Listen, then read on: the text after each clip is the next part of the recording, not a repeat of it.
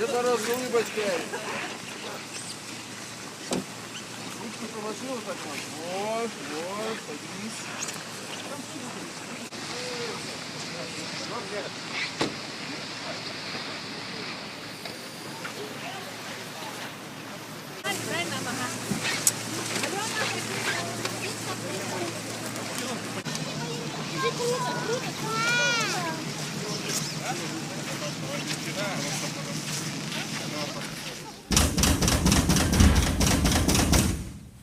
Здравствуйте. Здравствуйте, здравствуйте. Как подарков? Стихотворение и песенку. Давай, красавица.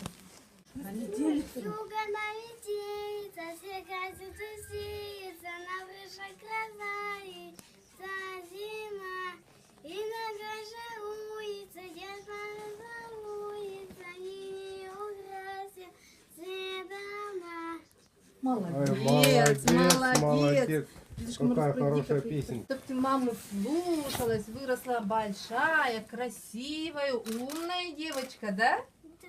Видишь, Да. я прямо с мороза холодный еще. Холодный еще. Это да, тема. Ну-ка, Снегурочка. Давай, давай, подарим. Подарочек тебе мой подарок. Что? А что Ты сказать? рада? Спасибо. Лолита, ты Дед Морозу что-то приготовила?